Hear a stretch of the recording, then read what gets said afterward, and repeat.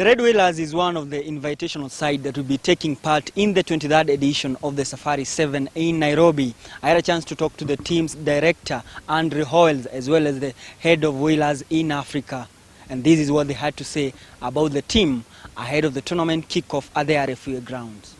You landed yesterday, and as soon as you landed, now you're trying to make sure that the Kenyan lads can be able to blend well with the rest of the players. Good Let's talk about that. Yeah, good bunch of Kenyan lads. Kenyan rugby's come on a lot. There's a lot of good players out there now, and it's nice that we're able to give them a chance to put their skills out in this competition. Mm-hmm. Do you think that maybe that would give you an edge over any other opponent, having a combination of local based players? No, I don't think so. I think, this top team, Samurai, South Africa, bringing, there's 4 of their A side in. Cecil Africa's playing. At the end of the day, it's going to be a tough competition. Yeah, very tough. Let's talk about the Kenyan lads. I know you have a lot of exemptional players, and even in the local circuit, most of them impressed. But with your training, have you seen probably a standout player that you think I think Juma. I think he looks an excellent player. Yeah. But, the standard's high, and we have to make a selection out of the 8 that are here. Yeah. And we'll do that after training with the 2 other coaches. But no, very, very happy with what I've seen so far. Let's talk about the competition. Yeah. The 2019 one is so different from any other tournament. You have a lot of world-class teams coming to Kenya to just maybe make sure that they prepare ahead of the HSBC World 7 Series. Let's talk about the competition. How do you feel like maybe this one will be an exemption one? We have world-class players coming Kenya. Oh, definitely world-class competition. Yeah, it's up there with Dubai. It's in Dubai you have the national invitation teams there, which are the second teams of most countries. They're B-sides. So this competition is up there with that on a par. And I prefer this competition here, to be honest. I'd rather come to Kenya than go to Dubai. Okay. Pool B against the defending champion Samurai. Not just to mention Samurai, I know the other opponents, but Samurai, by the virtue of them being the defending champion, probably might be the team to beat in Pool B. But do you think that what are you going to do to make sure that at least you can be able to reign supreme in that particular? Hey, look, at the end of the day, sevens can go either way on the day. We have to be on our game. Samurai are a very good side. They drafted in quite a few New Zealanders and Australians. South Africans, so they're a mixture international team, what they are, international Samurai. So Terry Sands will always put a good team on the pitch. He doesn't put a poor team. So to beat them, you've got to be on the game. How is the weather? Pardon? How is the weather? It's the altitude. The boys are feeling a little bit of the altitude, but the weather, hey, it's not bad, is it? All the best in the competition. Well, thank you very much. Orangi, first of all, congrats on being involved with an international side for the Safari 7 2019. Let's talk about that experience first of all. Thank you so much once again. It's a very good experience to be involved with our Red Wailers. Well, I've been involved with the Red Wailers for, I think this is the 6th year now. So it's been a very good experience. Each year when they come, they're a touring side, so it's an amazing feeling to just be part and parcel of the whole program and process. They just landed yesterday, I understand, and the Kenyan team, you have 8 players from Kenya, joined the others who landed from the UK. Let's talk about the organization. How different do you feel, maybe some of these international side, in terms of the organization, maybe compared to us locally? How would you talk about that? Well, it's not a coincidence that I have 8 players from the Kenyan sides.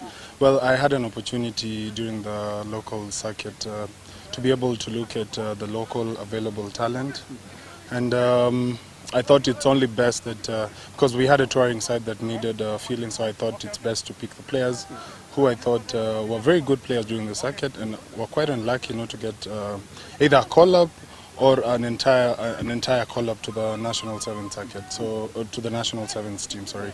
So this is a grand opportunity for these boys, and it sets up a challenge for them because this is an international tournament, a big stage. Who knows, maybe the coach tomorrow might choose one of the boys. So it's a project that I really, really look forward to. Okay. Acadia Squesa, Elkin Msonye, you have a lot of young players. Let me call them young players because if you look at their participation in the national team, most of them probably not more than 10 caps for the national team, but they are in terms of how they have played for the better part of this year. It's been exemption. Let's talk about how you arrived to these particular 8 Kenyan players. Well, it's if you look at the blend, I have Alvin Marube from Impala, I have Elkins Musonye from Impala, I have Bob Muhati from the Menengai Cream Homeboys RFC, I have Brian Juma from Homeboys as well. I do have Walter Okot from Tofra Nakuru, and I also have Ojuang from Nakuru. So that makes a total of 8 players. However, we will reduce the Kenyan number to 6 just to cover for the required number for the tournament. But arriving at those players was not really hard. Ojuang made a very good statement during the National 7 circuit. Elkins played really well. I was quite really gutted for him that he didn't get a call-up to the overall squad. Bob Muhati was solid for the Homeboys side. Juma has always been exceptional. And the other one who's Walter. Walter was very, very good for Top Fry Nakuru, and I believe Ojuang also. So whoever we finally select for our match day 12 definitely would have merited for them to be part and parcel of the team. Yes. You are seated in Pool B with one of actually the defending champion who in this particular tournament have been seeded second, Samurai. How probably do you want to approach this particular tournament to make sure that you come out of group even maybe at the top of Pool B? Well, it's a pool stage. We have 4 teams, very good teams. The challenge has been set forward for us, and I strongly believe that if we take our games very seriously from the first game to the last game on match day 1, we would definitely make up the Cup quarterfinals. I believe in the fact that we have very good boys who are hungry for success, and the gelling has to really be part and parcel of what we are looking forward to, and so we are taking our training sessions very seriously. So, and we are hopeful that we'll make the pool quarterfinals, and hopefully see if we can be able to push everyone else in the tournament. Yeah. So because we believe we have the capacity and the capability within our ranks to be able to challenge for the Safari Sevens. As a rugby stakeholder, away from being a team manager of Red Wailers, let's talk about the 2019 Safari 7 and exemption. I think if you look at the teams that have been able to confirm their participation in this particular one, it's going to be exciting. How do you talk about the 2019 Safari 7, maybe compared to last year's edition? Well, with the coming on board of Tusker, I think that is quite a push for the Safari Sevens. Because Tusker, as everyone knows, is mad about rugby and after parties and all that.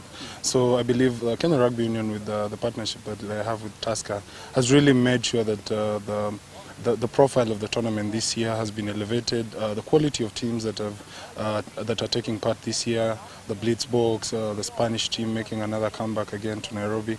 So it's the fans at home should look forward to a very, very exciting weekend. Big games coming up. The Morans have named their team. The Shujas also named their team. South Africa is in town. Russia is in town. I mean, literally the French team is in town. So it's going to be a party. It's going to be a carnival. And my opportunity to piece together what I've pieced here at the Red Wailers is a grand opportunity. And I believe with the culture of the Wailers, we stand for rugby for all. So I believe that we'll always have a touring side that comes to Safari Sevens, and a touring side that includes our local talent. So we always incorporate whatever the UK lads bring into the Kenyan scene, so that our boys can also pick up whatever they can learn from the UK lads. So it's an amazing experience. I'll call everyone out on Saturday. Come out to the RFA grounds. Besides the fact that we are looking forward to a very long weekend that has a holiday, the beauty of the whole thing is we have rugby, and rugby is what drives us. Before I let you go, I think something has popped the back of my mind. Red Wailers has at least, at the end of the final squad will have at least 6 players. For a very long time, even for Samurai, we have seen that when they reign supreme is when they have a combination of our local players, because maybe the local players have an understanding of how to play rugby in our grounds. Maybe do you think that this will give you an edge over any other opponent? Well, it's not really an edge. I believe in the quality in the ranks. I don't want to put pressure on the boys. They have to take each game as it comes. And yeah, so basically we are not really under pressure to win the tournament. The Kenyan boys in this picture are just out there to make a name and also play for their clubs and also represent their local fans. So I believe whatever comes out of the hard work that we are putting in our training right now, we're going to take it. Whatever it comes, we're going to take it.